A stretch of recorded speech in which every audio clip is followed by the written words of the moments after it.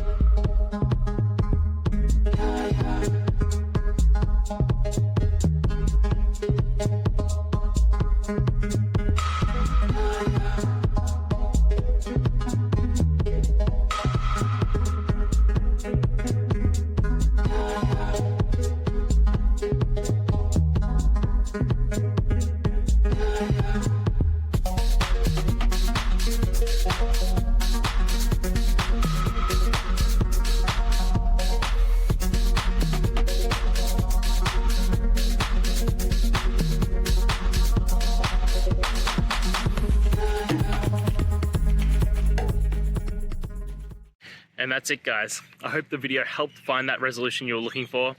And, if it did, please, I'd appreciate it if you could hit subscribe. Until next time, guys, that you need more technical help, I hope you have a good one. Cheers.